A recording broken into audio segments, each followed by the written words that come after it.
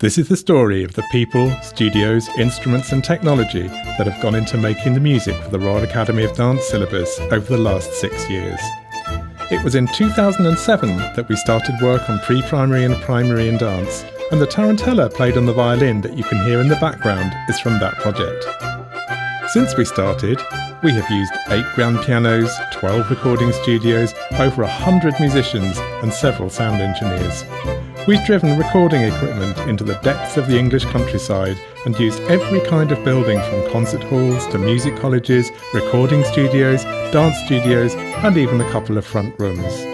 A single day of recording usually means several weeks preparation, and in some cases a pre-recording demo session so that the artistic panel can have an idea of what things will sound like. Some of those sessions end up on the final albums, some will get reused for later projects, some may never see the light of day again. Where we can, we like to build musical bridges between one syllabus and another. Here, for example, you can hear another tarantella, an extract from the Spiegel's ballet Boutique Fantasque, played this time by full orchestra, the Orchestra of English National Ballet, conducted by Gavin Sutherland.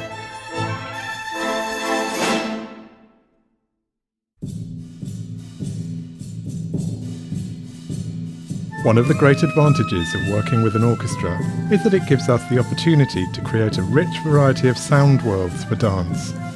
Drums and percussion, for example, are a vital component not just of classical ballet scores, but of dance music generally.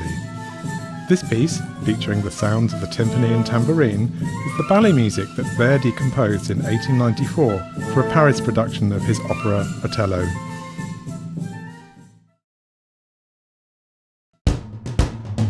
Every recording we make involves several stages of production and post-production, and at each stage we use large amounts of hardware, software and expertise to create the finished product. Here we can see recording engineer and producer Andrew Holsworth in his studio, making minute adjustments to a drum solo several weeks after it was recorded.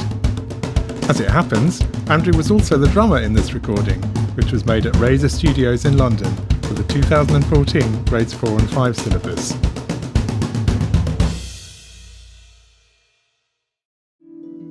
Another very important aspect of our work has been to introduce not just different sounds, but different styles of music.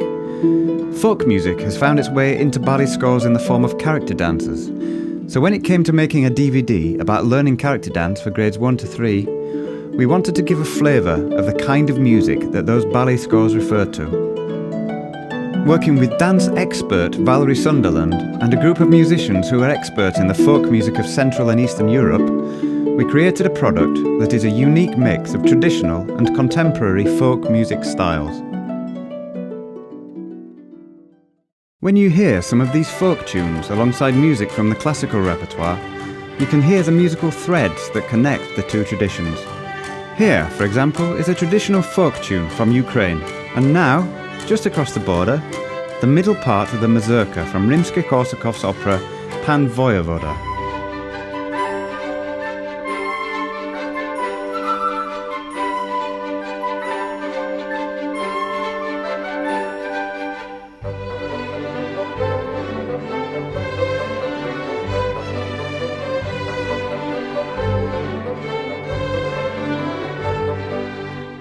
And now from further east to further back in time to the music of 18th century composer Gluck and the ballet music from his opera Orpheus and Eurydice. Gluck was renowned for bringing a new sense of drama and excitement to opera, and from this piece it's easy to hear why.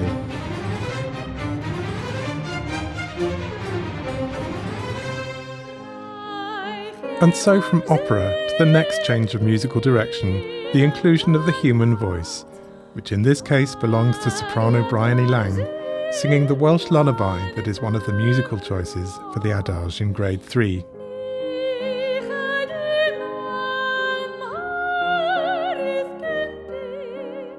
When we started this musical journey with pre-primary and primary in dance, we knew that we wanted to pay tribute to some of the folk traditions that are so much part of classical music, and particularly classical ballet. Here is yet another example, the Scottish Fantasy by Bruch, based on a traditional Scottish melody. And if we started by moving away from the piano, it was perhaps only to be able to come back to it and hear it with new ears as an instrument with a unique voice and expressivity of its own.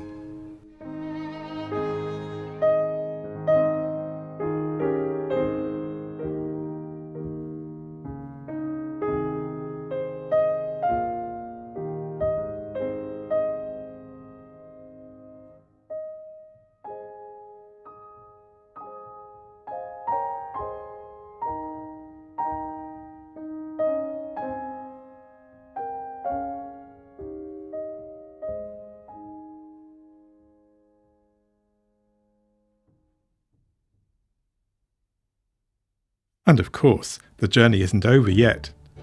While we were making this film, we were already starting other musical projects and other musical journeys. The most exciting part is that we never know when we start quite where we will go next.